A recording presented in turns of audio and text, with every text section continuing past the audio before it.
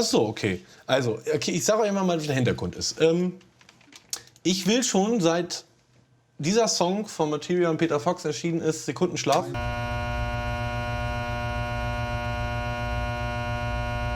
will ich da ein Mashup zu machen. Habe ich auch schon eine Dubstep-Geschichte, aber der Song war für mich von vornherein total melancholisch und fast schon melodramatisch, weil er singt halt darüber, wie kurz das Leben ist und wie schnell die Zeit vorbeigeht und wie viele von uns ihre Zeit nicht nutzen. Deswegen war mein Gefühl schon immer, dass ich den Song in einem akustischeren, emotionaleren Gewand haben möchte. So, und dann habe ich nach einem Akustik-Song gesucht, der einen gleichen Harmonieverlauf hat und ansonsten auch passen würde. Und habe dann vor ein paar Tagen, dann bin ich erst wieder auf Sekundenschlaf gekommen, auf die aktuelle Titelmusik vom Hobbit-Song gekommen. Und das klingt dann so zusammen.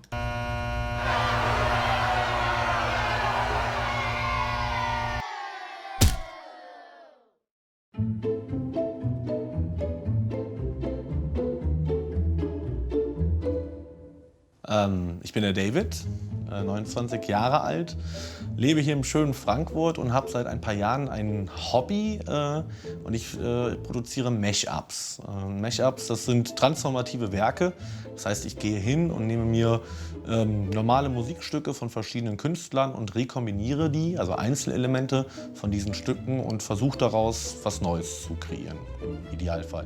Das passiert natürlich in dem Moment, wo Leute nicht mehr nur diese passive Haltung haben, wie es früher, glaube ich, die Regel war, zu sagen, meine Rolle als Publikum ist es, mich zurückzulehnen, zu genießen und nichts weiter damit zu machen. Und durch die digitale Welt ist es sehr viel leichter geworden zu sagen, ich kann da was mitmachen mit dem, was andere Leute machen. Ich kann das verfremden, verarbeiten, Neues daraus entstehen lassen. Es gibt nicht mehr diese starre Grenze zwischen Leuten, die etwas produzieren und Leuten, die es konsumieren, sondern das Ganze mischt sich. Wir gehen hin, stellen Urlaubsvideos zusammen mit Musik. Das ist die einfachste Form des Mashups. Das heißt, ich nehme mir verschiedene urheberrechtlich geschützte Materialien, mache daraus was Neues und stelle es online. Das ist illegal, das ist nicht erlaubt in Deutschland. Ja? Das geht über Fan-Dubs, das heißt, wo Fans hingehen und ihre Lieblingsfilme nachsynchronisieren und hört halt bei komplexen Collagen im Mashup-Bereich auf. Und das umfasst eigentlich das Nutzungsverhalten von einer ganzen Generation und wird halt aktuell 100% kriminalisiert.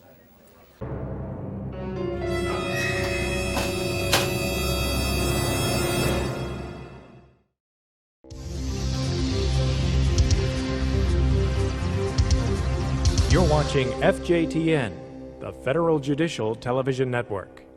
Es gibt da eben das Urheberrecht nach heutigem Zuschnitt und auch das Copyright in den USA sehen das halt anders. Ja? Man darf eben nicht aus anderen Musikstücken irgendwas übernehmen und das dann in sein eigenes Musikstück einbauen. Naja, es führt jetzt schon zu so Obskuritäten, dass du ein Allgemeingut wie Happy Birthday als Lied nicht öffentlich aufführen darfst. Ja? Du darfst dich auf keinen Marktplatz stellen und Happy Birthday singen. Du mal, kleiner Engel, du musst noch rüber, rück, zack, so und so. Und 1, 2, 3. Happy Birthday to you! Oh nee. Das kann doch jetzt nicht wahr sein. Happy Birthday, lieber Papa! Happy Birthday to you! Das war super!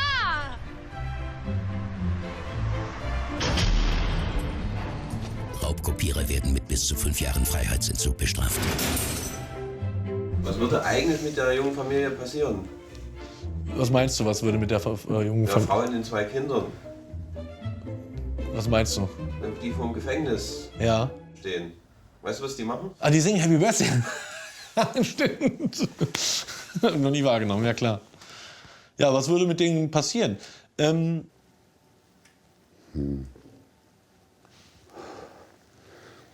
wäre es schöner.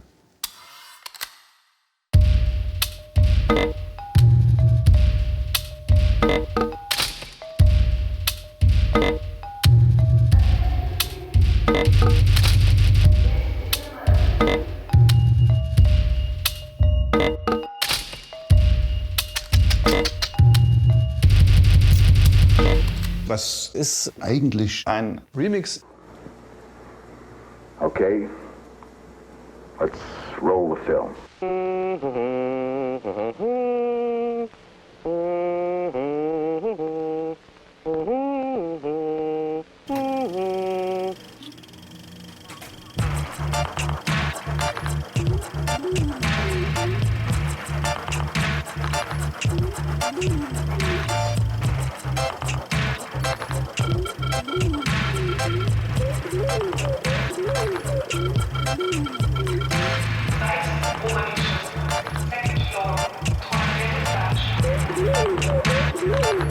Das Phänomen des Remakes, was ist ja ein ästhetisches Phänomen sozusagen, dieses Weiterarbeiten eines Werkes, die mehreren Autoren sozusagen, die nacheinander folgen und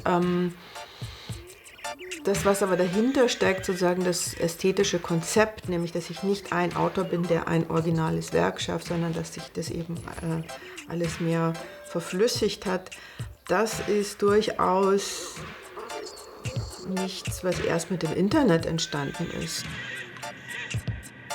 Also als ich anfing, mich mit dem Urheberrecht zu beschäftigen, das war so vor 14 Jahren, da habe ich ja auch mal damals überlegt, was war eigentlich meine erste Urheberrechtsverletzung?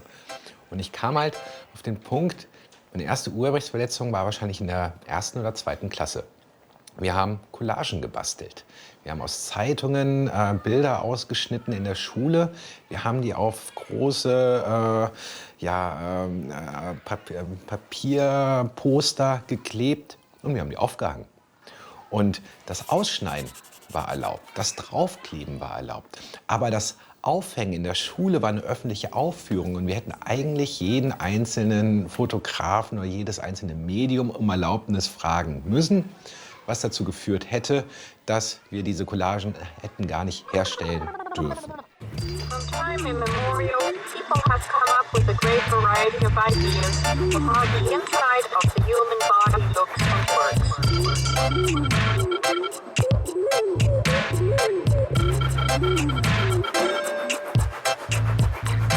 The discovery of X-rays in 1895 first made it possible to look into and through the body without actually doing damage to it with a scalpel.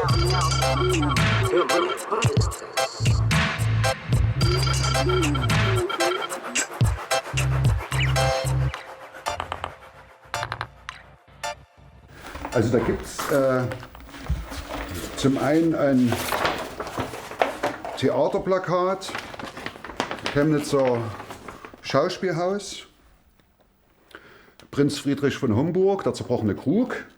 Und da habe ich dieses Plakat hier gemacht und dafür habe ich wiederum Engel verwendet. Die habe ich ausgeschnitten aus einem typischen, ja, wie nannte man denn solche Bilder? Das waren so kitschige Bilder, die gern überm Schlafzimmerbett hingen, wo so Engelsreigen gezeigt wurde. Und diese Engel habe ich dort rausgeschnitten und anders zusammengestellt und dazu noch diverses drumherum noch gestaltet. Und ich hätte jetzt gar keine Ahnung, wer dieses kitschige, wahrscheinlich tausendfach reproduzierte Schlafzimmerbild im Original geschaffen hat. Ob derjenige noch lebt und so weiter. Und hätte mich, wenn ich mich dort reinbegeben hätte, wahrscheinlich bis heute noch zu tun, um mögliche Rechte noch abzuklären. Ja, das ist auch wieder so ein typisches Beispiel, wo man wo man bestehende Sachen verwendet, als Collage neu zusammenfügt, ist was völlig anderes als dieses kitschige Schlafzimmerbild. Daraus wurde ein Theaterplakat. Ja, aber es entspringt aus dem Werk eines anderen. Also ich kann mir gar nicht vorstellen, dass wenn man diese Urheberrechtsgedanken oder Gesetzgebung oder Ähnliches wirklich stringent verfolgt und das auch immer beim künstlerischen Prozess im Kopf hat, dann kann ich mir eigentlich nicht vorstellen, dass daraus eine originelle Kunst erwachsen kann. Also ich stehe eher auf der Warte, dass man das ausblenden sollte. Das ist eine Sache für Juristen. und nicht für Künstler. Das ist meine Meinung.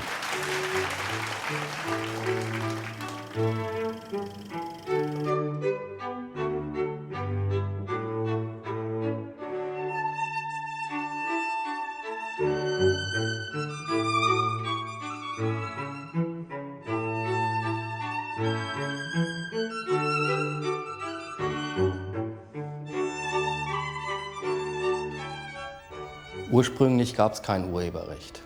Bis ins 18. Jahrhundert ungefähr, Ende des 17. Jahrhunderts gab es gar kein Urheberrecht. Und was es dann zunächst mal gab, waren Verlegerprivilegien, die dafür sorgen sollten, dass der Buchdruck quasi über ein Recht verfügt, das gegen Raubdrucke eingesetzt werden konnte. Mit anderen Worten, es gab halt eigentlich erst so ein Industrierecht und später erst ist das Urheberrecht daraus entstanden. Das Urheberrecht ist eben so aus spätromantischen Ideen entstanden, auf Basis der Theorie des geistigen Eigentums, die da im Prinzip besagt, wenn ein Mensch etwas geschaffen hat, ganz gleich ob mit seinen Händen oder mit seinem Geist, dann soll er halt das Recht haben, darüber verfügen zu können. Und wenn andere das, was er geschaffen hat, nutzen wollen, sei das nun ein Stuhl oder ein Gedicht, dann müssen sie ihn vorher fragen und müssen dafür im Zweifel auch was bezahlen. Und diese Grundidee des Urheberrechts, die ist halt von Ende des 19. Jahrhunderts ungefähr. Da sind dann auch die ersten moderneren Urheberrechtsgesetze entstanden. Die gilt im Prinzip in Kontinentaleuropa noch heute. Und was eben interessant ist, dass sozusagen zu dem Zeitpunkt, als das Urheberrecht entstanden ist, hat es sehr stark zusammengewirkt mit den damals vorherrschenden Ideen von dem, was ein Autor ist und ein Künstler.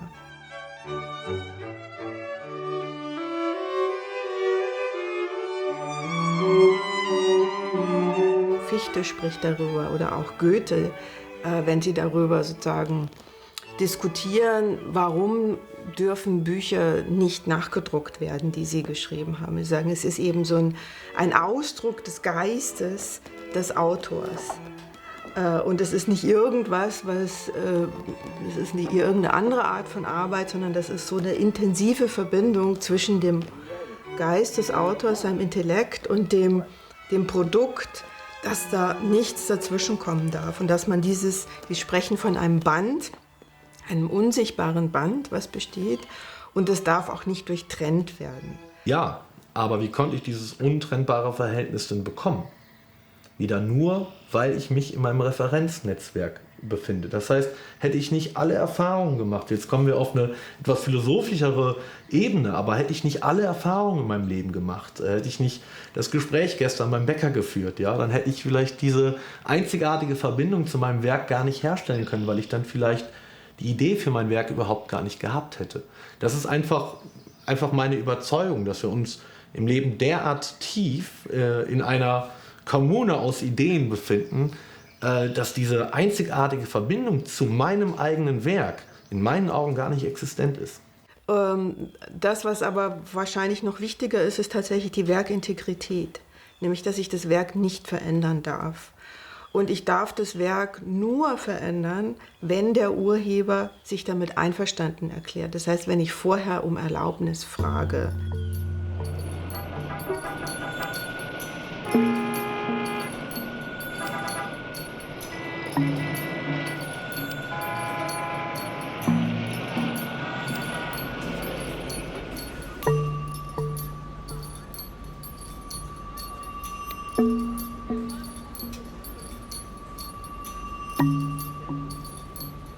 Okay, let's give it a try.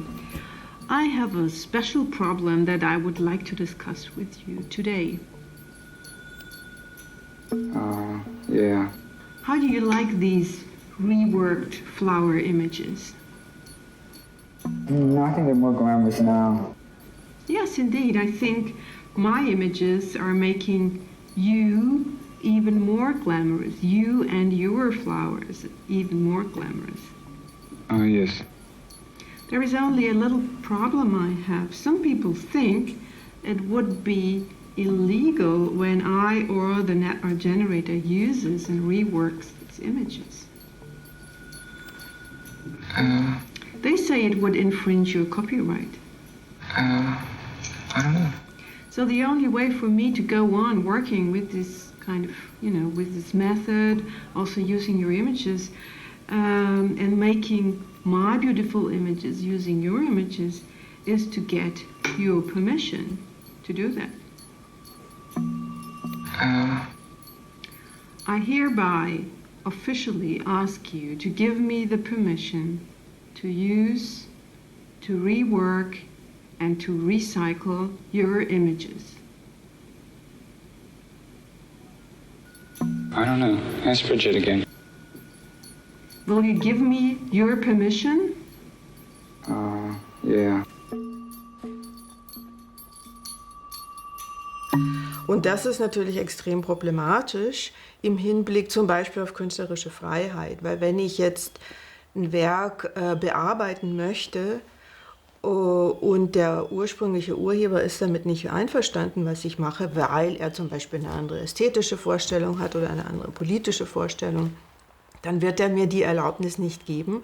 Das heißt, er schränkt da meine künstlerische Freiheit ein. Deswegen ist für Künstler das insgesamt eine problematische Vorstellung, zu sagen, ich muss erstmal um Erlaubnis fragen, bevor ich mein Werk, also mein Remix-Werk machen darf.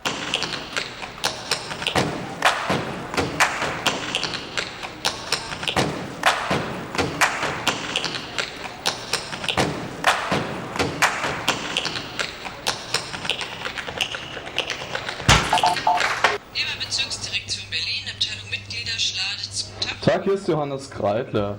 Ich habe ein neues Stück komponiert und das will ich jetzt gern bei der GEMA geltend machen. Da müssen Sie ein Anmeldeformular ausfüllen. Dann können Sie mir das zuschicken? Kann ich gerne machen. Wollen Sie vielleicht gleich mehrere? Ja, 70.200 bitte. Wie viel? 70.200. Ich verstehe Sie doch richtig. Es geht um das Anmeldeformular. Ja, und ich zitiere in meinem Musikstück 70.200 andere Stücke und die müssen Sie doch alle dafür angeben.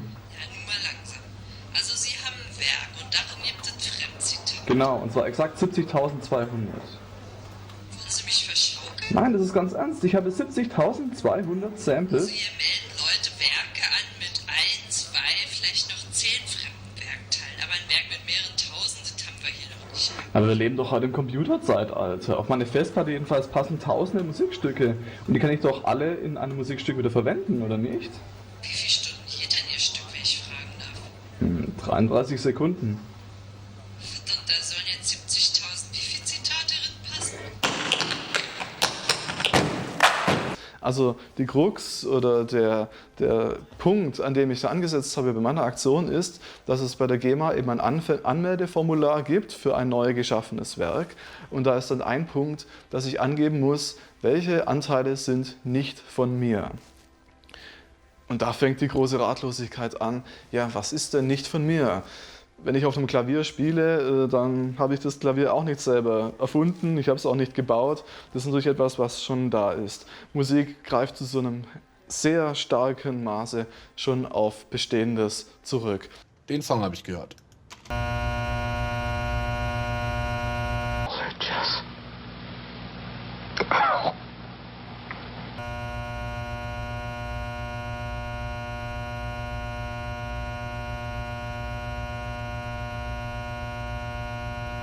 Kennst du. Also, Give Me One Reason. Ich habe das Klavier gehört im Intro und habe mir kennst du. Wer von euch kennt Scrubs, die Serie? Na, vielleicht mal gesehen, ja? Kennt ihr bestimmt auch die Titelmelodie.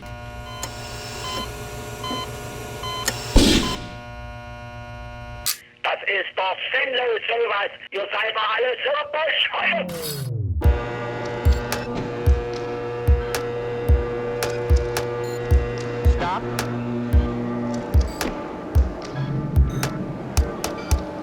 Also, wir haben alle Musikrechte für diesen Teil des Films bei den entsprechenden Verlagen angefragt.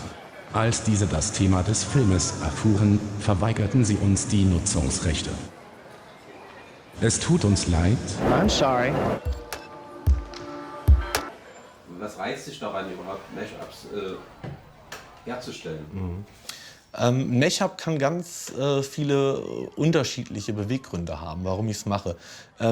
Es kann eine Form der Satire sein, dass ich einfach offenbaren möchte, dass sich Teile der Popmusik, die in den letzten Jahren veröffentlicht wird, doch sehr, sehr ähnlich anhört. In den Beatstrukturen, in den Harmonieverläufen und teilweise auch wirklich in den Melodien an sich, die teilweise doch identisch sind.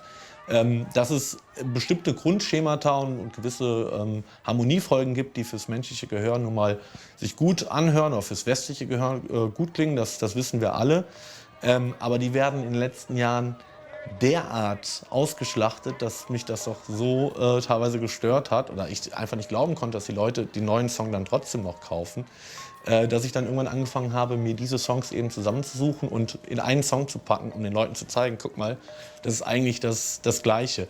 Also Menschen bilden sich zwar immer viel auf ihre Originalität ein, aber die ist gar nicht so stark, wie sie annehmen. Die Originalität ist vielmehr, das ist meine Einschätzung, ein skaliertes Attribut. Also etwas, das man nicht in 0 und 1, der ist originell und der ist ein Kopist, sondern der ist origineller und der ist weniger originell.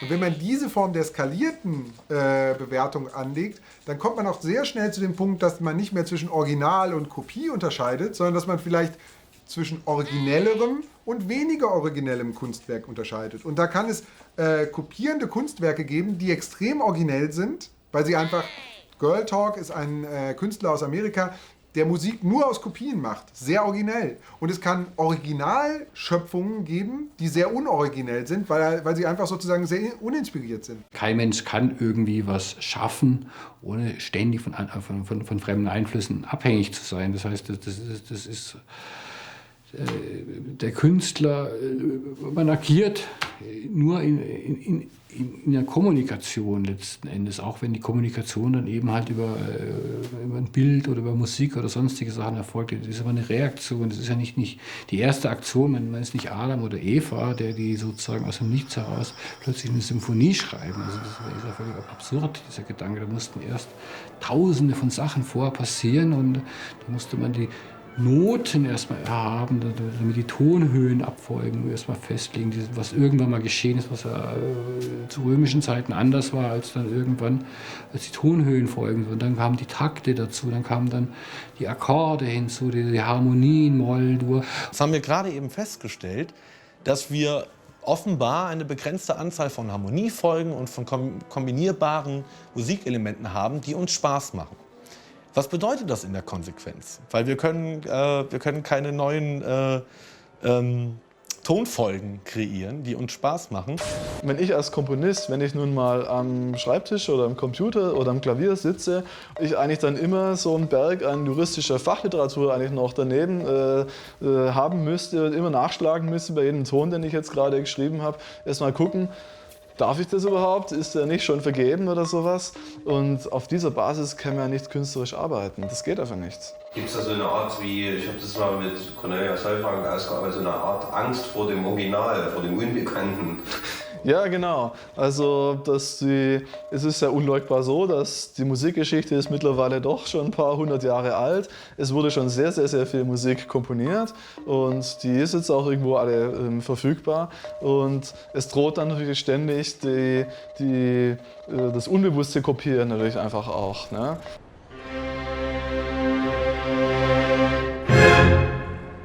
Naja, da gibt es zum einen das Buch, was ich nicht finde. Ja. Dann haben wir ja hier dieses als ein Beispiel von dem Gutmännlein, in dem Falle umgrenzt von wissbegierigen Jugendlichen, was eigentlich eher vom Eichelmännlein inspiriert war, was eine DDR-Kinderbuchfigur war. Und dann tauchten Leute auf, die gesagt haben, das sieht doch aus wie der Papa. Das ist eine französische Comicfigur, die ich gar nicht kannte. Und die ist hier zu sehen. Und der einzige Unterschied zum Gutmännlein, also wirklich merklicher Unterschied, ist, dass es Gott sei Dank keine Beine hat. Aber ansonsten wäre es wirklich eins, selbst von der Farbigkeit geht es in die Richtung wie meins. Und ich kannte das gar nicht. So kann man plagiieren, ohne dass man es weiß. Kann passieren. Hätte es gewesen, wenn jemand dir das vorgeworfen hätte? Ja, gute Frage. Also dann hätte ich wiederum auf verzweifelt auf das DDR-Buch hingewiesen mit dem Eichelmännlein, was meine Inspiration gewesen ist. Und wenn ich das vor dieser Comicfigur schon gemacht habe, dann könnte ich natürlich die Franzosen verklagen. Ein reizvoller Gedanke. Aber dadurch wird vielleicht der Schöpfer des DDR-Kinderbuchs mit dem Eichelmännlein gierig und verklagt mich wiederum. Weil das Kinderbuch ist auf jeden Fall älter als mein Gutmännlein. Es besteht selbstverständlich die Möglichkeit, dass jetzt ein gigantischer Rechtsstreit in Gang gesetzt wird, die Kinder diese Figuren nicht mehr im Kinderfernsehen sehen können.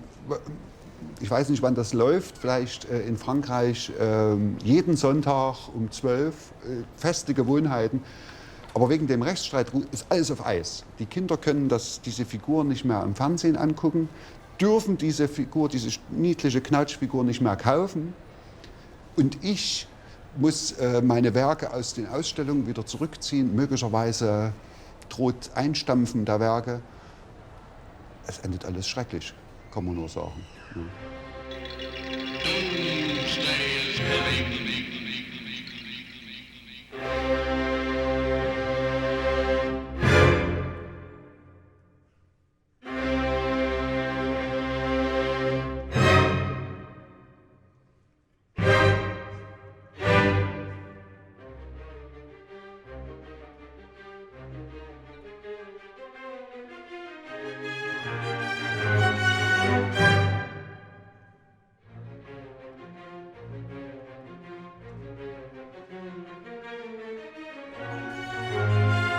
Das macht auch insgesamt das Urheberrecht so furchtbar kompliziert, dass ganz häufig diese Grenzen nicht genau abgesteckt sind. Ja, zum Beispiel, was ist überhaupt ein Werk, ab welchem Moment ist etwas geschützt. Es ist ja nicht alles geschützt, was irgendjemand so dahin sagt oder dahin denkt oder dahin schreibt, sondern es gibt ja so eine gewisse Art von Schöpfungshöhe, nennt man das, also kreativer Überschuss muss schon da sein. Etwas, was jeder gleich gemacht hätte, kann urheberrechtlich nicht geschützt sein und so weiter. Aber diese ganzen Grenzen, die sind halt sehr, sehr schwer auszuloten. Und ja, da freuen sich die Anwälte mehr drüber als alle anderen, weil das im Zweifel die einzigen sind und Richter und also Fachjuristen mit anderen Worten, die sowas überhaupt beurteilen können, wenn denn überhaupt. Was heißt denn dann zum Beispiel, dass es trotzdem eben gerade verstärkt eben in dem Bereich auch Rechtsstreitigkeiten gibt unter Musikern untereinander? Was hältst du davon? Jetzt kommen wir in einen anderen Bereich. Wir kommen jetzt von dem Schaffensprozess, vom kreativen Prozess hin zu dem Punkt, wie kann ich das, was ich kreiert habe, wie kann ich mein Werk monetisieren, wie kann ich damit Geld verdienen. Und erst dort, in diesem Bereich, geraten Künstler aneinander. Also für mich ist es teilweise schizophren, weil die Idee der Popmusik ist eigentlich die Straßenkultur. Also die wirklichen Clown, das von vorne bis hinten eine Idee des Clowns und des Aneignens und des sozusagen subversiven, sich irgendwo von irgendwas nehmen, das Neue umzugestalten und damit eine eigene Sprache zu finden. Also ja, natürlich hat das Pink Floyd oder die Beatles noch anders gemacht. Natürlich waren das Instrumentalisten und so weiter, aber ich meine, die haben auch Nachtsradio gehört und haben halt schwarze Bluesmusiker kopiert. Bad, bad whiskey. Bad, bad whiskey. Bad, bad whiskey. Made me lose my happy home. Made me lose my happy home. Made me lose my happy home. Made me lose my happy home.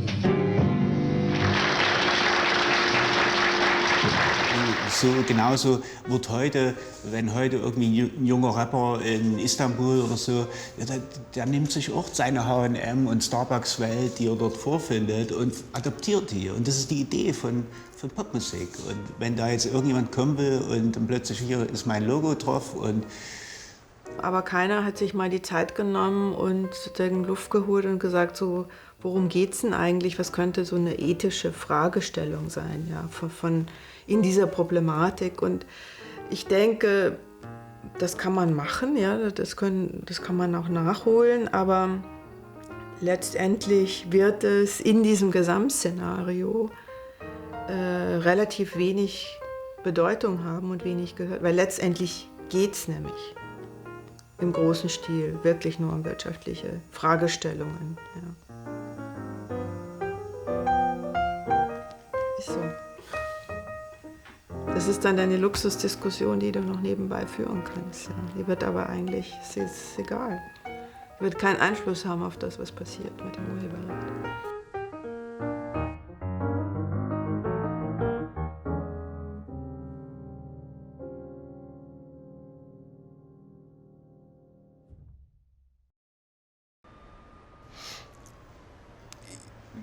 Ich meine, ich persönlich, also jetzt mal als Versuchender, als kreativ, also ich persönlich in dem Moment, wo ich was mache oder so, ich tue das ja nicht, um irgendwie Privateigentum zu erarbeiten, sondern im Gegenteil, es ist eigentlich an ein imaginäres Publikum gerichtet. Es ist eigentlich an eine imaginäre Öffentlichkeit. Und ich bin stolz darauf, wenn es irgendwo ein Interesse gibt, jemand da mal überhaupt zuhören will. Also das ist das Letzte, dass ich in dem Moment da jetzt an einer Gegenleistung in Form der Bezahlung denke. Das ist das, was ich jetzt als in mir sozusagen als Mensch denke. Und dann gibt es auch immer noch die Komponente, und die ist gesellschaftlich da. Jetzt plötzlich, weiß der Geier warum, gibt es aber ein relativ großes Interesse an mir. Das heißt, dieses Interesse an sich stellt einen Wert dar. Das heißt nicht, dass deine Arbeit ist kein Funken besser geworden. Es ist einfach nur die Attention. Ja? Und es ist scheißegal, ob wir über ein Porno reden oder über ein ehrwürdiges Buch oder über ein Fußballmatch oder so. Es ist völlig egal. So, also ich glaube, an dem Punkt, das ist die Diskussion, wie wir sozusagen diese Attention, die irgendwas generiert, dort relativ schnell eine sichere Wertschöpfung rausholen. Aber die Idee des Urheberrechts, also betrifft es eigentlich in dem Sinne gar nicht.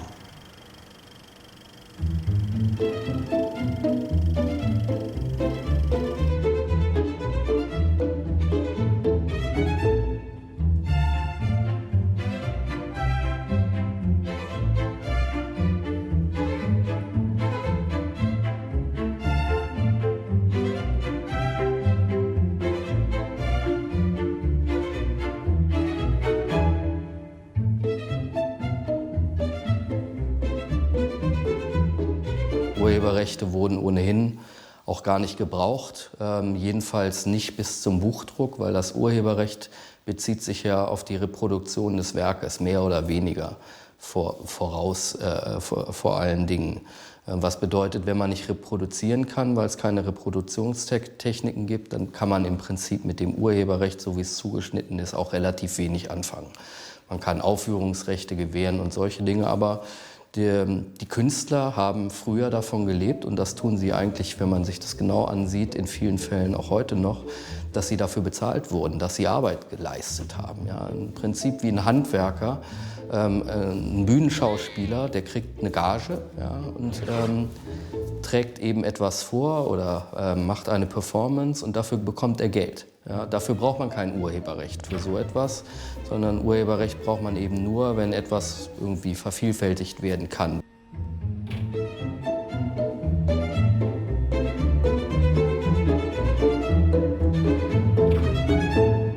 Also man sagt immer große Kultur, Oper und weiß der Teufel was so. Die wird aber alles gefördert, das heißt, diese ganze klassischen Kultur, die wird staatlich gefördert, die läuft gar nicht über das Urheberrecht, sondern die läuft über Finanzierung vom Staat und von den Städten, von den Gemeinden, von den Ländern hauptsächlich. Aber das Urheberrecht rechnet ja nur noch Stückzahlen. Das ist ja wie Verkauf von, weiß der Teufel, wie McDonald's Hamburger nach Stückzahlen verkauft letzten Endes. So wird da gerechnet. Das reduziert das Ganze ja tatsächlich auf Stückzahlen. Urheberrecht geht da Abrechnung, sagst du, so viel verkauft, macht das und das. Da geht die Kultur, Kunst, das fällt da völlig unter den Tisch. Das ist ja völlig uninteressant in diesem Bereich. Sondern tatsächlich ist genau das Gegenteil der Fall. Man tut so, sagt, er hängt vorne dran, so als Aushängeschild, wir sind die Kulturbewahrer. Tatsächlich sind sie die Stückzahlenzähler sozusagen.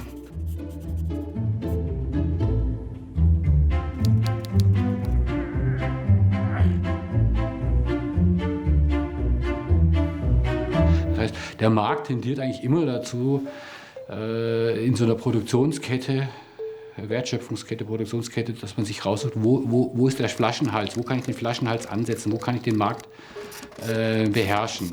Und da ist am meisten Geld zu verdienen. Früher war die Sache so, dass man eine Menge Kapital gebraucht hat, um eine Fabrik aufzubauen. Da war aber auch die Besonderheit, da kamen die Rohstoffe rein, da kamen die Arbeitnehmer rein und am Schluss kam irgendein relativ fertiges Produkt raus.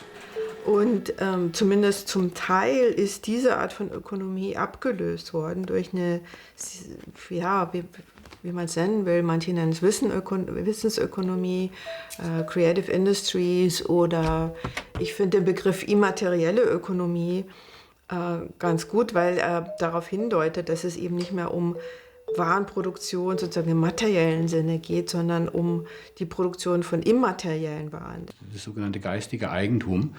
Man muss jetzt also nicht mehr echt die Hände auf dem Kapital haben, sondern das ist risikoreich, weil da hat man viele Arbeitskräfte, da hat man Probleme mit Abschreibung, mit Dauerkosten. Das heißt, das verlagert man am liebsten irgendwo hin und unterlässt es Subunternehmern, Lohnherstellern.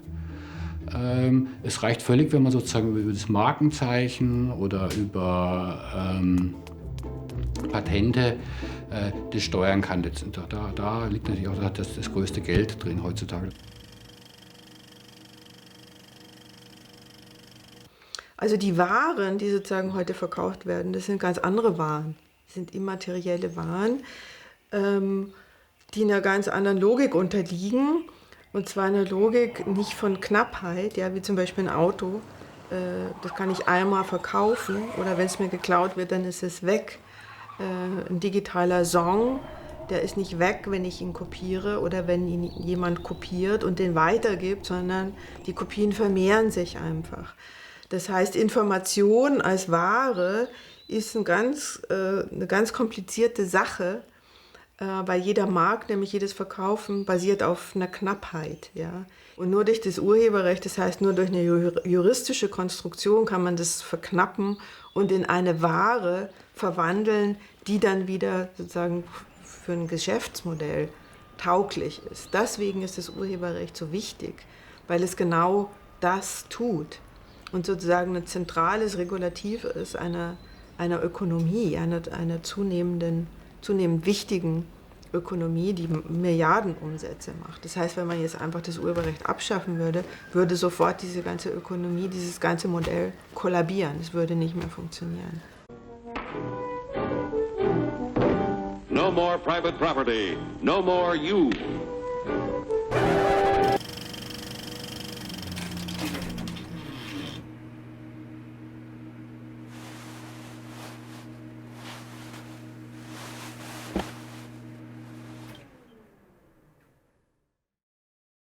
Das wäre jetzt so ähnlich, wie wenn du sagen würdest, im Zuge der Digitalisierung macht es eigentlich noch Sinn, an so eine privateigentümliche Idee zu glauben. Aber so weit will ja niemand gehen. Ich meine, jeder will ja eigentlich, also das Urheberrecht ist ja nur ein Spezialfach des Privateigentums oder Patentrecht oder was weiß ich nicht alles. Und das wird im Moment gerade versucht, neu auszuloten, einfach durch diese neuen digitalen Möglichkeiten, eben sei es der Vervielfältigung, der Verbreitung. But I'll let you guys decide. It's your necks. If you want to go ahead and perhaps destroy an entire industry, just for the sake of a few moments of glory, well, it's up to you.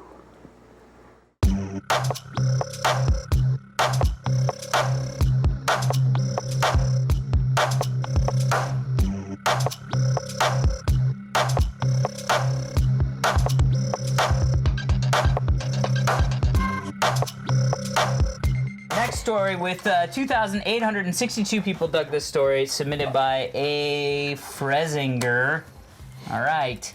Shop Amazon for free with Firefox add-on linking to Pirate Bay.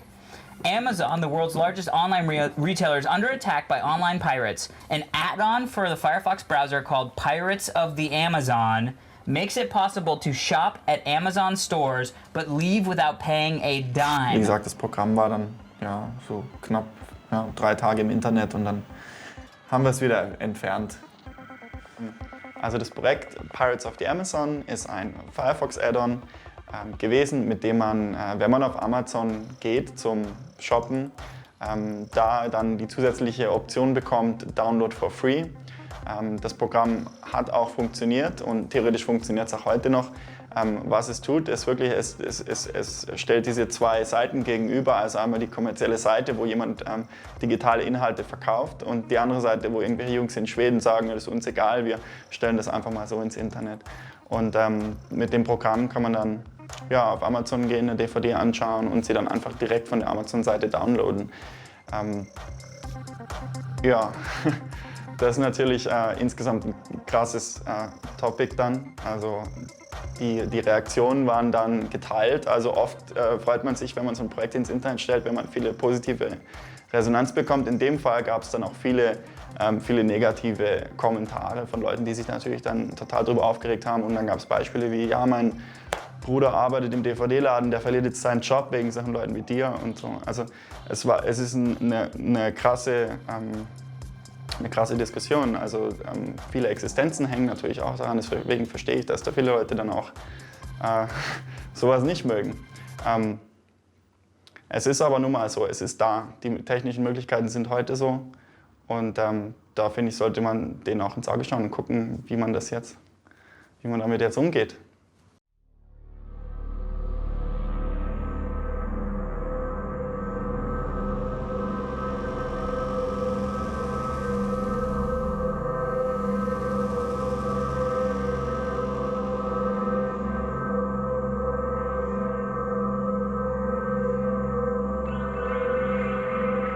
Die gesamte Entwicklung des Internets war relativ vorhersehbar.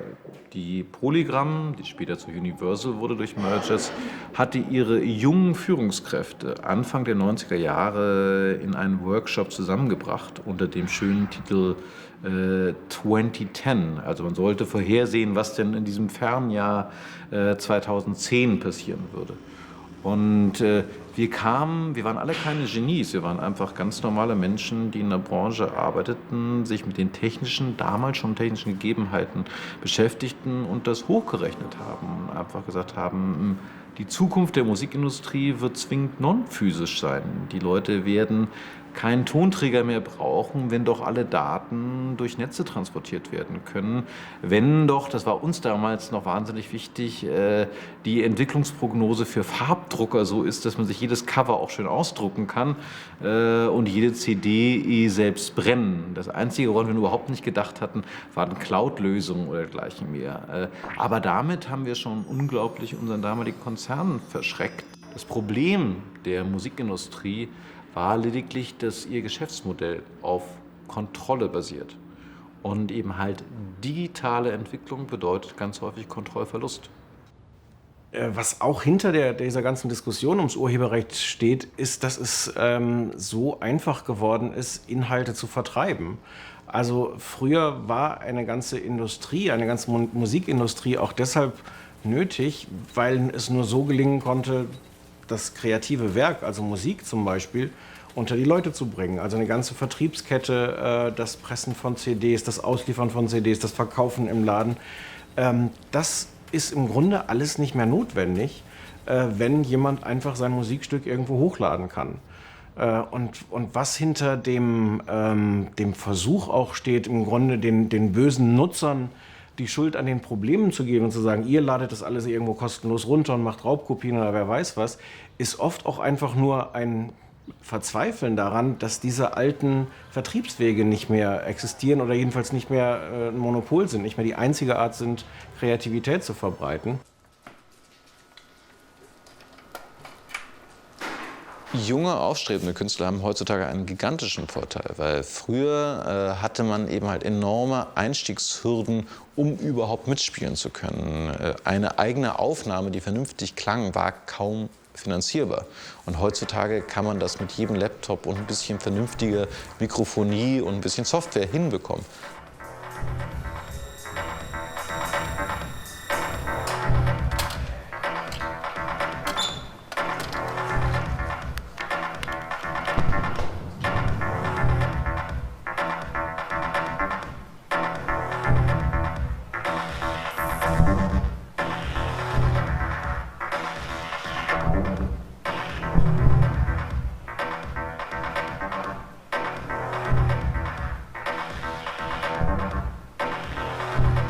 Eine Distribution, da musste man sich hinten anstellen, damit irgendein Vertrieb meist zu höllisch schlechten Konditionen einen angefangen hat, wenn man eine eigene Platte gepresst hat, die auch in die Läden zu bringen. Und auch der Vertrieb, wenn es ein kleiner war, ist bei Weitem nicht in alle Läden reingekommen. Das ist heutzutage digital komplett anders. Ich komme überall hin und das zu relativ fairen Konditionen. Das ist jetzt hier die ist lange ausverkauft, das ist so ein Anschauungsprodukt, ein bisschen abgefingert. Also das war im Grunde die Idee wie so ein Audiomagazin. Da haben wir jeden Monat so eine 20-Minutes-CD rausgebracht und vorher halt Künstler damit beauftragt, so eine Art Statement hier gibt es ein besseres, so ein Statement zum Jahrtausendwechsel, so ein musikalisches Statement zu machen. Du hattest mir mal erzählt, dass ihr erst mit eurem Internetshop wirklich Erfolg hattet. Das ist ja auch ganz sicher so. Wie gesagt, man ist ja selber auch nicht wirklich objektiv. Ich kann ja nicht sagen, wir haben damals, waren wir in der Situation, dass uns niemand kannte und eigentlich wir auch eine Musik gemacht haben, die in keine Sparte gepasst hat. Das war jetzt weder das hat jetzt weder den Club bedient, noch dass es jetzt für eine wirkliche Avantgarde der E-Musik war das wieder zu uninteressant, was wir gemacht haben, oder zu wenig konzeptionell durchdacht. Aber es war natürlich generell so, dass die Industrie dem abwartend gegenübergestanden hat, weil die nicht wussten, ob damit Geld zu machen ist. Und das Schönste wäre ja eigentlich, oder das Schönste ist ja eigentlich, wenn der Künstler direkt in Verbindung ist mit seiner Audienz oder mit seinen Leuten, mit den Leuten, die die Musik gerne hören. Wenn es da keine Mittelsmänner mehr gibt, finde ich, ist eigentlich so das Schönste. Ne? Also wenn das möglich ist. Und das Internet macht es eigentlich möglich, dass man über verschiedene Kanäle oder Kanäle, die man sich selber aufbaut, eben viele Leute erreichen kann.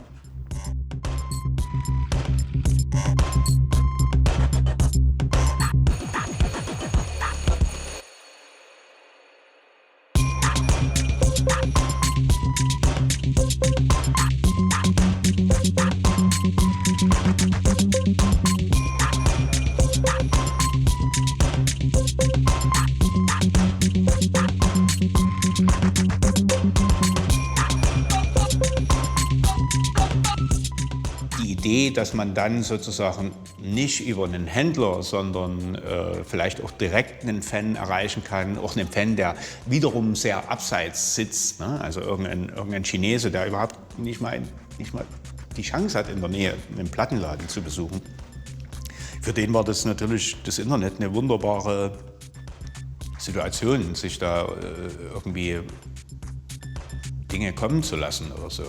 Und wir haben eigentlich wie gesagt, ich weiß jetzt gar nicht, ja, für uns war das eigentlich so in den 90ern, auch wenn sich damals das Netz natürlich noch ganz viel unkomfortabler angefühlt hat, war das eigentlich schon Realität. Und es war für uns ein logischer Schritt, da relativ früh mit einem sehr spartanischen Shop, also ich glaube, dass wir den 98, 99 vielleicht eröffnet haben, da eigentlich versucht haben, noch direkter an unsere Kundenklientel ranzukommen.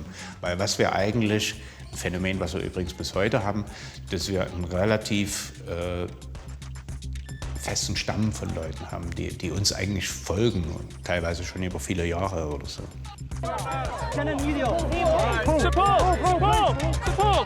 Support each other, please. Thank you so much. Thank you very much.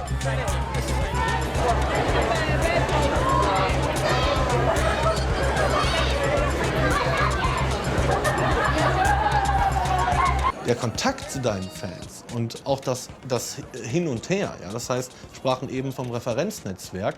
Es gibt auch ein Referenznetzwerk zu deinen Rezipienten. Das heißt, was ich zum Beispiel häufig tue, ich stelle ein Mashup online, weiß aber ganz genau, das ist noch gar nicht die finale Version. Ich warte erst mal ab, was die Leute sagen und mache dann vielleicht noch mal eine andere und dann kommt halt Mashup Version B. Das heißt, ich habe die These, dass ein Werk nicht abgeschlossen ist, dass ein Werk nicht etwas ist, was in sich perfekt ist und wo die Leute so hinkommen sollten, um danach zu geiern und es unbedingt haben zu wollen, sondern ich versuche, die Fans und den Rezipienten in den Mittelpunkt zu stellen und damit zu arbeiten. Und ich glaube, das ist einfach diese Sicht die sich gerade vollkommen ändert.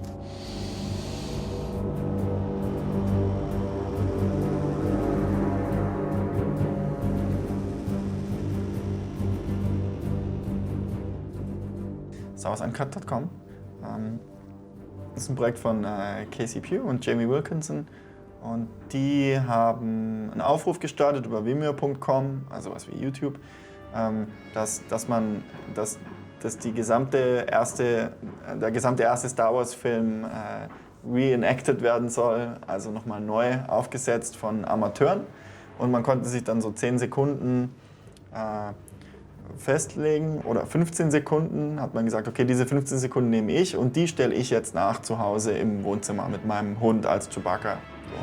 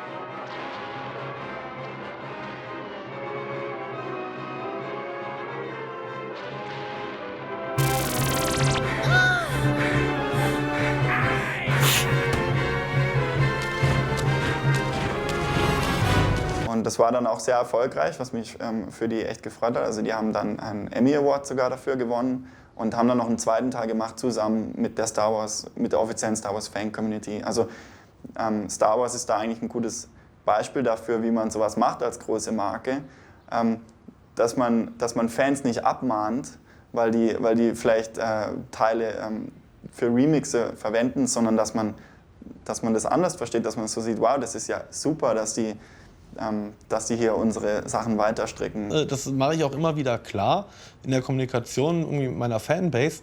Alles, was ich online stelle, darf verwendet werden. Und zwar ohne Grenzen. Das ist ganz interessant. Ich stelle das immer wieder fest, dass kleine Studentenradios, Schülerradios, das sind immer die 15 E-Mails schreiben, dürfen wir deine Mashups verwenden. Wie die größten Sender in Deutschland, die meine Mashups spielen, haben noch nie nachgefragt. Die spielen sie einfach, obwohl es eigentlich genauso illegal ist. Insofern ist es für mich ein riesen schönes Gefühl, wenn ich sehe, dass meine Mashups auch mit anderen Leuten was machen. Es gibt zum Beispiel irgendwelche A-Cappella-Bands in amerikanischen Colleges, die meine Mashups nachsingen. Es gibt Bands, die sie nachspielen. Und das ist natürlich toll, weil ich sehe, aha, jetzt habe ich wieder das Referenznetzwerk von jemand anderem irgendwie verändert. Und dadurch wird das, was er selber raushauen wird, auch anders sein. Und so sieht man wieder, dass es alles halt ein großes Geben und Nehmen ist. Und massenweise, Hunderttausende, wenn nicht Millionen von Leuten, machen plötzlich all das, nämlich teilen, weiterverarbeiten, sharen und so weiter, beziehen sich auf andere, öffnen Kunst. Es gibt plötzlich ein totales Verwischen auch zwischen, Remix-Kultur ist ja größtenteils eine Amateurkultur.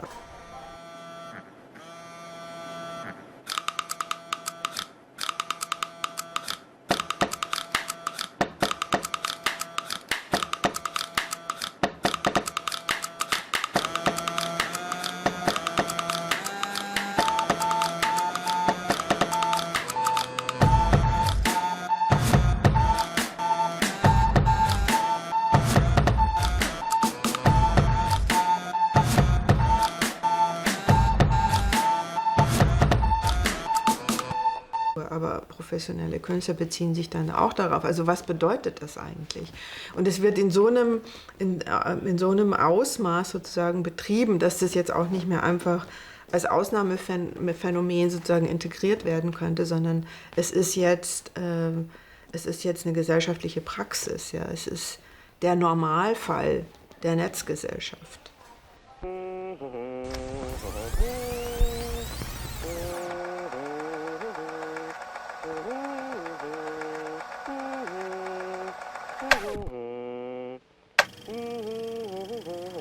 Wir gehen hin, stellen Urlaubsvideos zusammen mit Musik. Das ist die einfachste Form des Mashups. Das heißt, ich nehme mir verschiedene urheberrechtlich geschützte Materialien, mache daraus was Neues und stelle es online. Das ist illegal, das ist nicht erlaubt in Deutschland.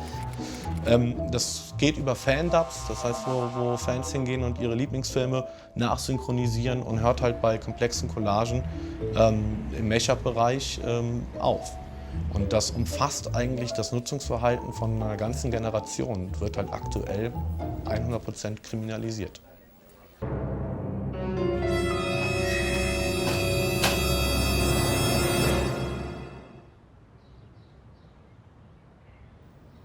Ja, also ist natürlich schon ein Thema mit den Urheberrechten, wenn man jetzt einen Remix macht, wenn man jetzt irgendwas nimmt und neu zusammenführt. Ja, ich weiß jetzt nicht, also die Projekte, wo Seiten manipuliert werden, ich weiß nicht, wenn man das jetzt rechtlich sieht, ist es vielleicht Eigennutzung, weil es passiert auf dem eigenen Computer. Ich weiß nicht, so wenn ich mir jetzt ein Magazin kaufe und die Sachen ausschneide, ich glaube, das darf man schon machen. Also ich, ja, weiß jetzt nicht, was ich da... Ja, es gibt eine jahrelange Debatte darüber, ob das Urheberrecht also nicht zu kompliziert ist. Im Prinzip ist die Antwort einfach, ja, ist es. Vor allem, wenn es sich eben an Privatpersonen richtet. Das war früher ja gar nicht der Fall. Das Urheberrecht ist ja entstanden als ein Recht für Profis und jetzt ist es auf einmal ein Recht für Laien geworden, das sich an die gesamte Bevölkerung richtet. Also es ist dafür nicht gemacht worden. Wir haben ja die leicht absurde Situation, dass die Bundeszentrale für politische Bildung mal ein Buch gemacht hat, Urheberrecht für Einsteiger. Das ist 400 Seiten dick. Und eigentlich müsste man diese 400 Seiten auswendig lernen, bevor man erstmal im Internet anfängt zu publizieren, um erstmal die meisten Fallen, in die man reintreten könnte, zu umgehen. Aber selbst wenn man dieses Buch durchgearbeitet hat, stellt man immer wieder fest, da gibt es noch ganz viele andere Sachen.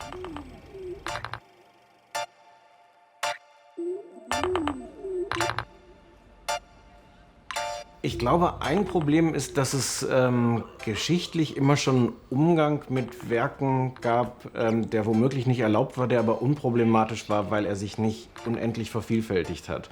Also wenn Leute früher irgendwelche Disney-Figuren kopiert haben, ausgeschnitten, ausgemalt und daraus, keine Ahnung, Geschenke gebastelt, sich zu Hause auf dem Kassettenrekorder Sachen mitgeschnitten, Remixe gemacht haben.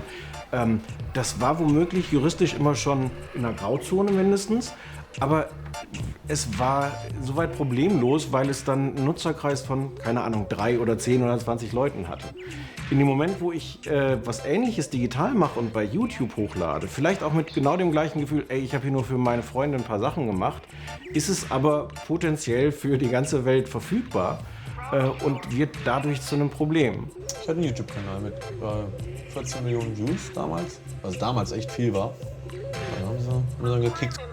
Es war wohl so, dass ich habe Peter Fox Mashups gemacht und wenn du nach Peter Fox gesucht hast bei YouTube, standen die Ergebnisse von mir oberhalb der Originaltracks und das hat das Label natürlich gestört.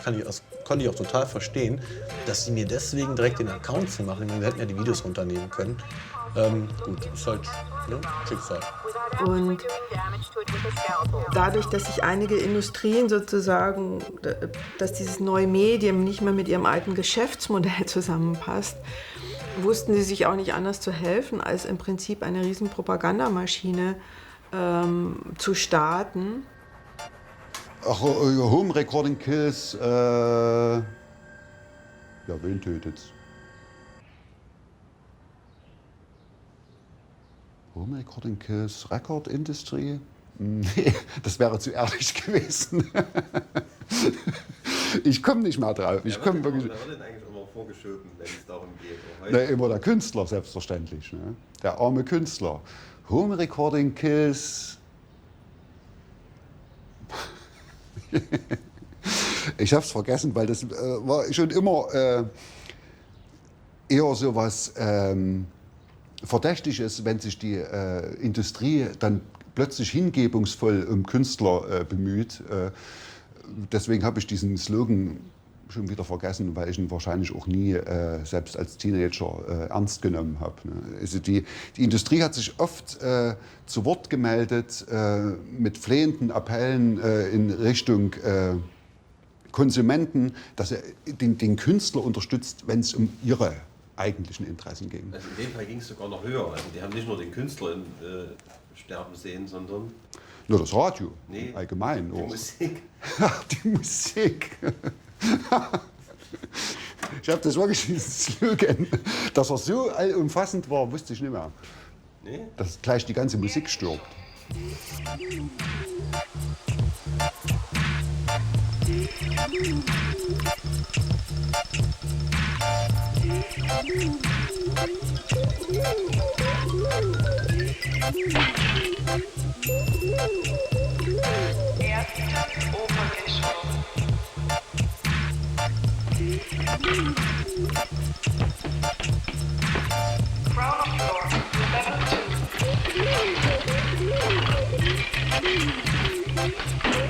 Ja, ob das so stimmt oder nicht, ist eine gute Frage. Also solche Thesen gibt es viele.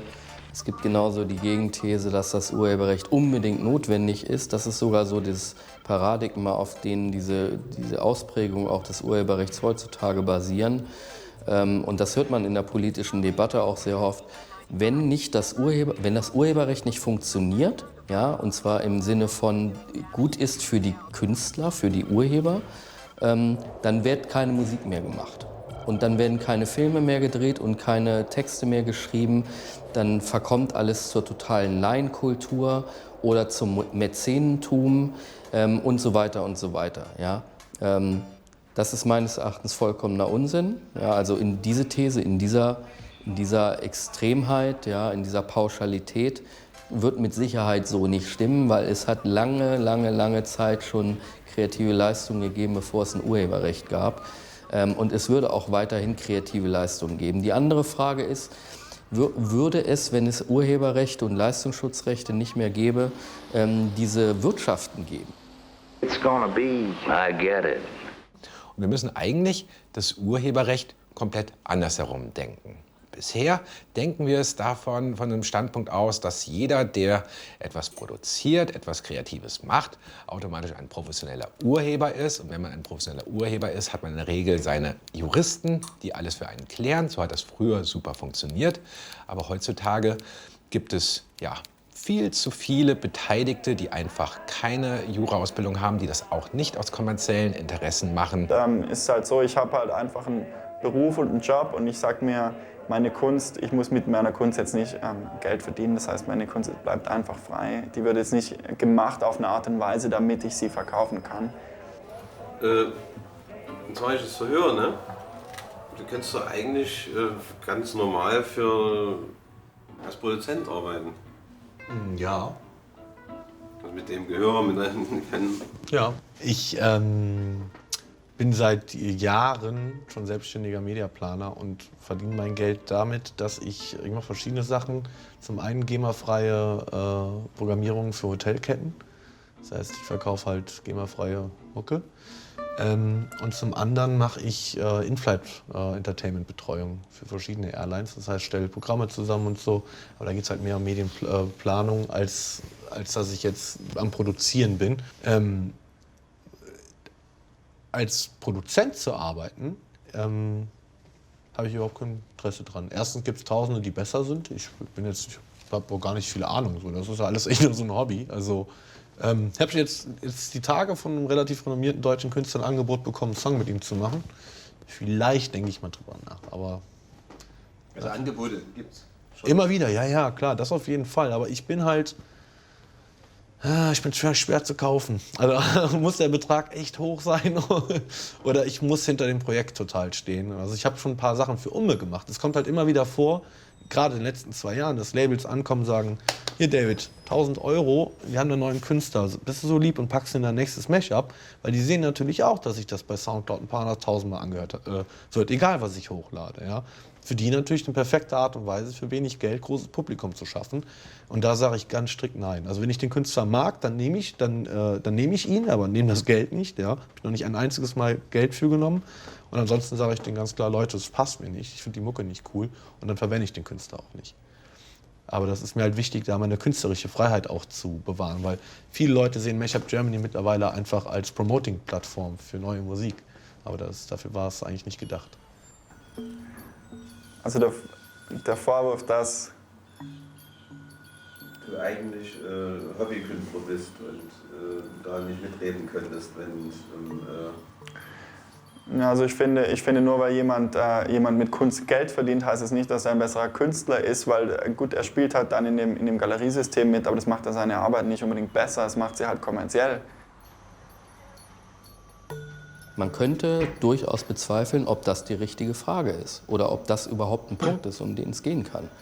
Kann es sein, dass dieses Argument, naja, was die Leute sich da zusammenstoppeln, das ist ja sowieso alles laienhafter Mist und das will sowieso keiner hören, das hat keine kulturelle Relevanz etc.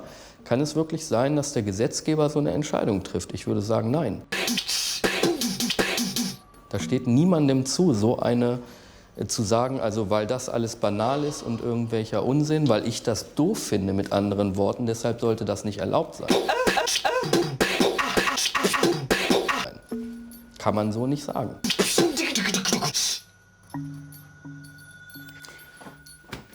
Das ist sozusagen, die hat mit der Digitalisierung nur indirekt zu tun, mit einer grundlegenden Ausrichtung, wie funktioniert künstlerisches Leben zu tun. Einer der größten Literaten des 20. Jahrhunderts, Franz Kafka, hat ein unkünstlerisches Leben par excellence geführt. Also der wollte ja am Ende auch gar nicht, dass seine Sachen veröffentlicht werden. Trotzdem ist das große Kunst, was der geschaffen hat. Das ist eine Ausrichtungsfrage, die natürlich bei allen Diskussionen über die Digitalisierung im Subtext mitschwingt. Was ist eigentlich Kunst? Sind wir nicht eigentlich alle Urheber? Also ist die Frage, dass Urheberschaft an irgendeine Form von Profession oder Ausbildung geknöpft ist die nicht eigentlich eh schon hinfällig, weil jeder Amateur Sachen veröffentlichen kann? Aber Kafka in dem Sinne zum Beispiel auch ein totaler Amateur war. Der hat ja nicht die Schule Kreatives Schreiben in Hildesheim besucht oder hat am Deutschen Literaturinstitut in Leipzig studiert und hat danach sozusagen den Stempel gehabt. Er ist jetzt Literat und deswegen durfte er veröffentlichen. Sondern die Grundidee der Kunstfreiheit ist ja, dass jeder Amateur sagen kann, ich bin jetzt Filmemacher. Und ich bin ehrlich gesagt sogar ganz froh, dass es so ist, dass das jeder kann, weil mich der Quatsch, der dabei entsteht, weniger stört, als die Tatsache, dass ich in einem diktatorischen Regime zu irgendeiner Organisation gehen muss und nachweisen muss, dass ich jetzt ein Filmemacher bin, das halte ich für irre gefährlich. Also bitte, Amateure aller Länder, sendet und produziert, was ihr wollt. Das ist doch gut. Das ist die Idee von freier Meinungsäußerung, dass jeder das tun kann.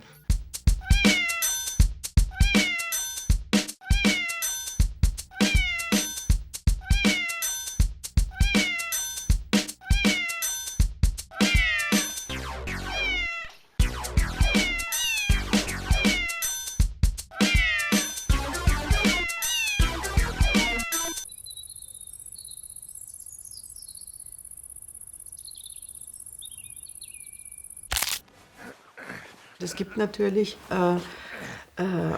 Autoren und die Werke schaffen und die das auch selber so verstehen und die insistieren, sozusagen auf ein künstlerisches Konzept oder ein ästhetisches Konzept des 18. Jahrhunderts referieren und da auch bleiben wollen und sich so verstehen.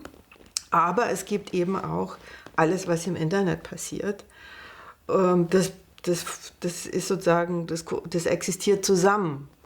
Nur das Urheberrecht, sozusagen, was eigentlich für das eine gemacht ist, ist total im Konflikt mit dem anderen. Das passt nicht zusammen.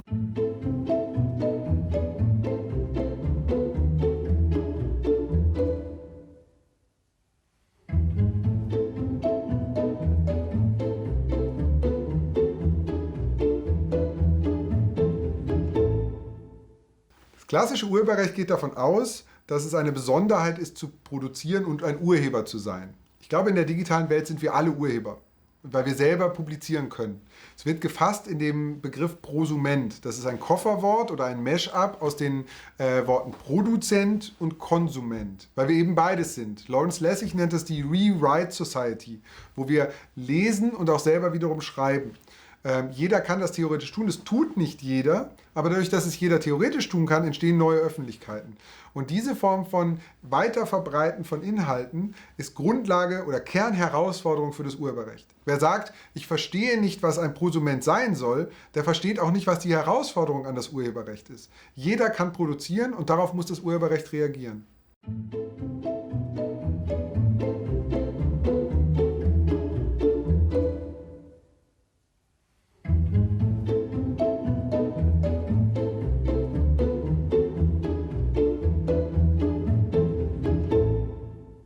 Oder man sagt, naja, kreative Entfaltung in dieser Art und Weise im Internet ist verboten, ja, weil das ist genau der Effekt.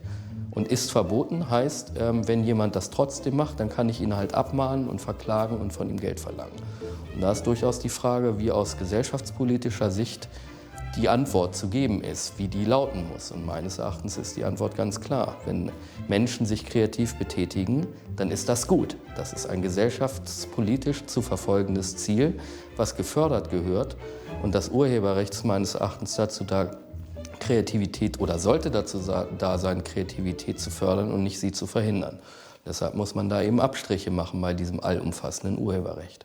Aber wie gesagt, da wird ein einziges Recht, das man so vielgestaltig ausgestalten könnte, in so vielen Bereichen, dass man anpassen könnte auf Schulbuchliteratur, dass man anpassen könnte auf Musik, im Musikbereich, das man unterschiedlich gestalten könnte. Da wird ein einziges Recht, da wird was drüber geklatscht, was in vielen Fällen den Leuten mehr schadet, als ihnen nützt, auch den Urhebern mehr schadet, als ihnen nützt. Ich bin Künstler oder Kreativer, ich lebe vom Urheberrecht. Ich möchte nur ein anderes Urheberrecht haben, was nicht automatisch die ganze Zeit lauter unterbeschäftigte Juristen beschäftigt und finanziert, sondern tatsächlich Kreativen, aber zu Kreativen zähle ich nicht nur die Professionellen, eine Basis gibt, Wissen zu teilen und Kultur herzustellen.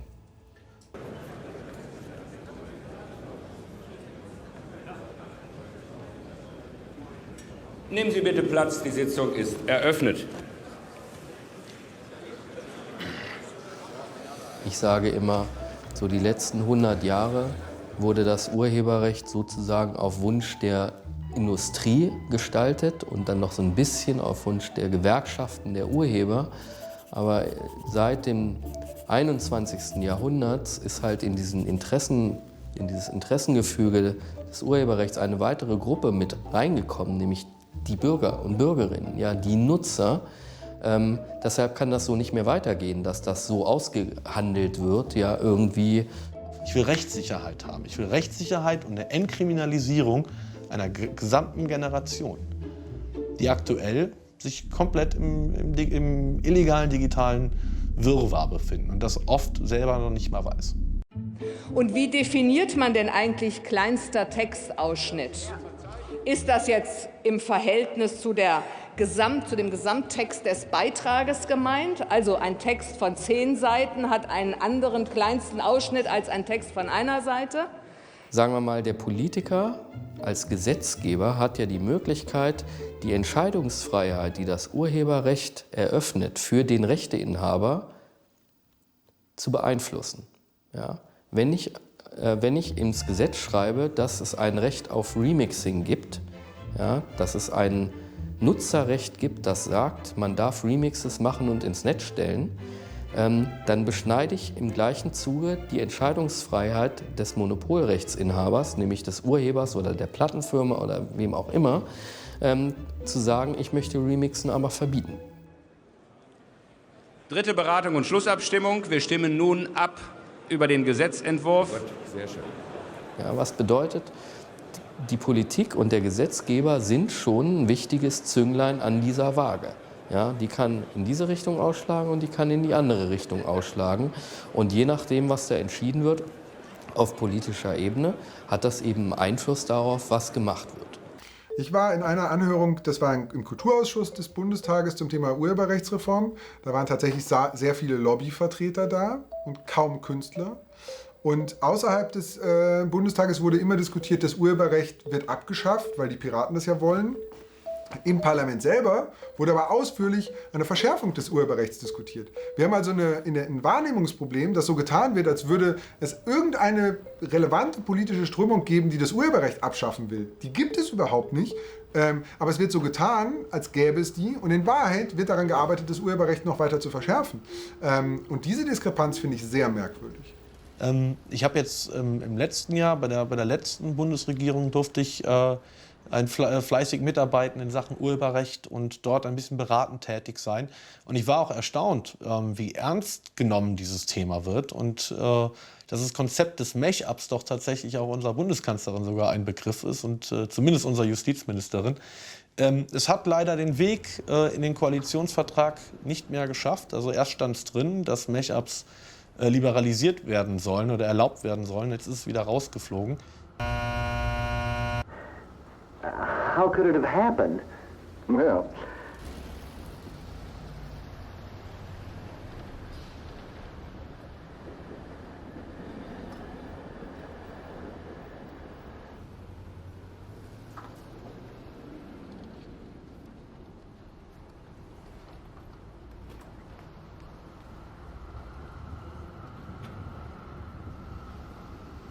Wobei, auch das muss man natürlich sagen, und es verstärkt sich durchs Internet extrem, dass es halt einen sehr großen Kontrollverlust gibt. Ja, und wenn Gesetze nicht durchgesetzt werden können, dann ist deren Einfluss auch nicht mehr so groß. Grundsätzlich glaube ich an das subversive Potenzial des Netzes. Das heißt, selbst wenn die Schutzfristen noch weiter verlängert und das Urheberrecht noch weiter restriktiv ausgebaut wird, wird das Netz immer Möglichkeiten finden, neue Formen von Kunst und Kultur zu schaffen. Ja, natürlich. Also ich will nicht gegen Gesetze verstoßen, also das ist jetzt nicht mein Hobby. Aber wirklich, aber wenn man halt Kunst macht, die halt irgendwo auch gewisse Sachen aufzeigt, dann stößt man da schon an die Grenzen, das ist klar. Ich denke, das ist genau die Situation, in der wir im Moment sind. Dass viele Leute das tun und tun müssen, gegen bestehende Gesetze zu verstoßen, einfach um sozusagen eine gesellschaftliche Entwicklung voranzubringen, ja, die nicht aufzuhalten sein wird. Und was für eine Strategie hast du da? Wie hast du das? Ich nenne das die dezentrale Ameisenstrategie. Das heißt, ich habe dann damals meine Fans aufgerufen und gesagt, Leute, hier, mein Account ist weg, ich mache auch keinen neuen. Ab sofort gibt es die Tracks ganz normal wie immer über Soundcloud und seid so lieb, macht Videos dazu und stellt die online. Und heute ist es so, wenn ich einen Song release, ist in der Regel eine halbe Stunde später dazu das erste YouTube-Video online. Also und Top of the Pops 2011 wurde nachdem es gesperrt wurde, über 1000 Mal hochgeladen auf YouTube. Und einen größeren Stinkefinger kann man, glaube ich, gar nicht zeigen.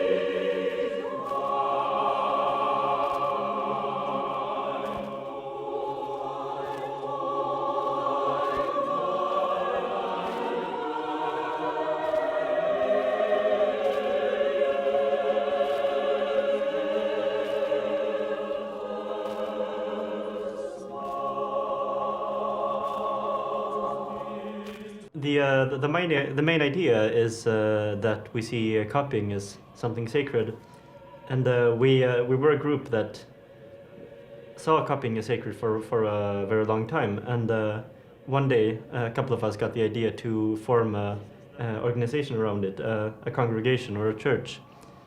So we did that a couple of years back, and we just had to file some papers, and then we were set to go. So since then, we've been a congregation called the Church of Copymism. Well, I have no idea how a world without copying would look like. If you study the illegal copying on the internet and you compare it to